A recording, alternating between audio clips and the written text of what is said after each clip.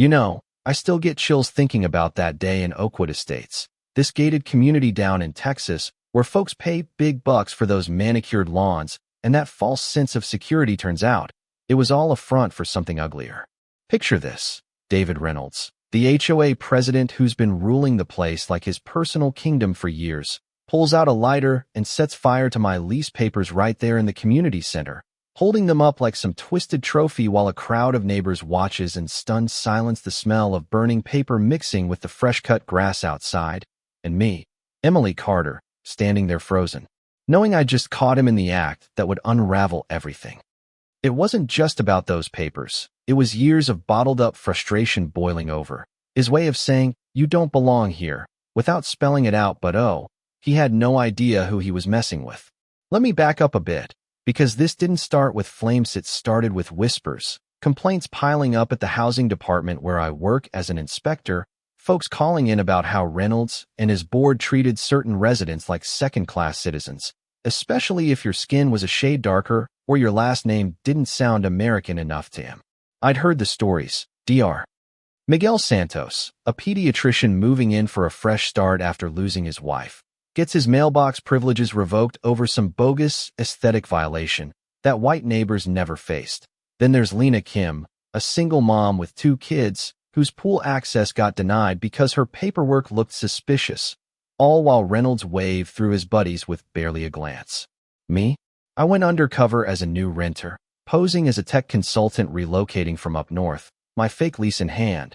But really, I was there to document it. Ultim stamps on my phone, hidden recordings, watching how his scrutiny ramped up based on who you were, not what you'd done. Deep down, I knew his motives ran deep. He'd grown up in a time when neighborhoods like this were protected from change, and now, with property values skyrocketing, he saw diversity as a threat to his power, his status, hell, maybe even his ego, like letting those people in would dilute the exclusivity he'd built his whole identity around. So there I was, that humid afternoon in the community hall, approaching Reynolds with my lease renewal, his eyes narrowing the second he clocked me, a black woman alone, professional but not fitting his mold. "This doesn't look right," he says, voice dripping with that fake concern, holding my papers up to the light like he's some expert detective, fingers tracing the edges as if hunting for flaws that weren't there.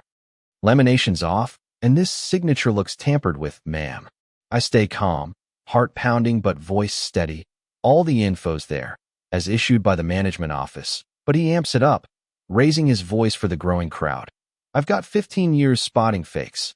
These folks think they can sneak in with clever tricks, but I protect this community." The room tenses, neighbors shifting uncomfortably, some nodding along because they've bought into his crap, others filming on their phones, sensing something off. That's when he pulls the lighter, clicks it a few times, flame catches, and my papers curl into ash as he holds them high, declaring, "Fraud doesn't belong in Oakwood. Consider this your eviction notice." Gasps ripple through. A kid cries, and me? I'm thinking, you've just handed me the smoking gun, literally.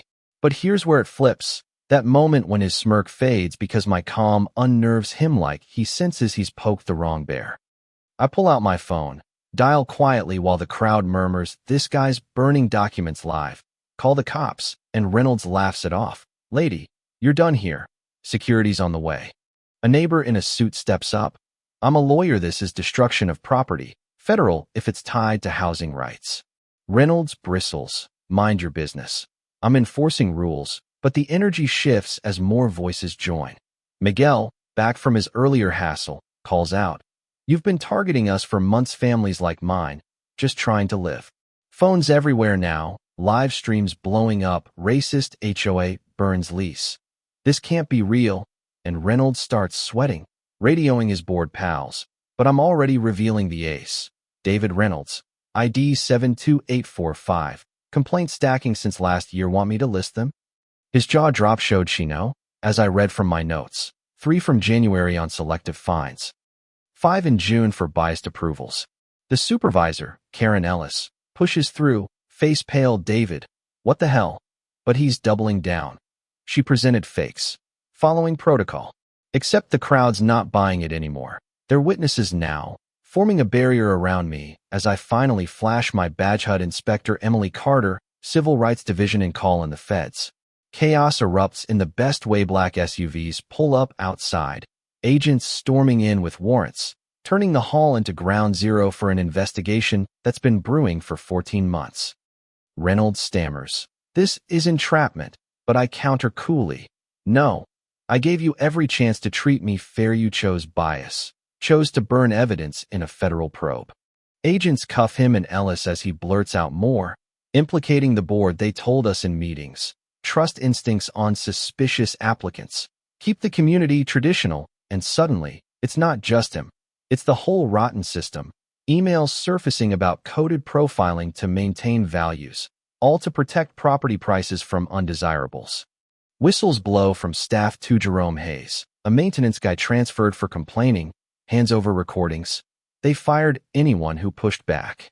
The live feeds hit millions, stocks for the development company tank. And in that electric moment, as Reynolds is let out in cuffs, face twisted in rage, muttering, "You people ruin everything," the crowd erupts in applause, but it's mixed with tears. Vindication for every slight endured. Fast forward, and Oakwoods transform Edno more selective rules. We got mandatory bias training, resident advocates at every meeting, a fund dishing out compensation for those wronged, like $250,000 split among victims for missed opportunities, emotional toll. Jerome's now running the board with integrity, turning the place into a real community where kids play without side eyes, and folks like Lena send thank you notes.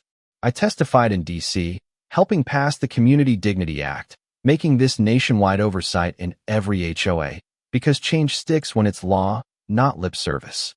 But here's the thing that still nags at me, keeps me up sometimes. Was Reynolds just a bad apple, or was the system built to let guys like him thrive, feeding on fears of the other to hold power? In a world where neighborhoods divide us more than unite, who's really at fault, the bully with the lighter, or the silent majority who let it slide? What do you think? Have you seen this in your own backyard? That quiet bias dressed as community standards? Drop a comment below, share your story. Is justice like this a win, or just scratching the surface? Hit like if it hit home. Subscribe for more real talks like this, because stories like mine, they're everywhere, waiting to be told.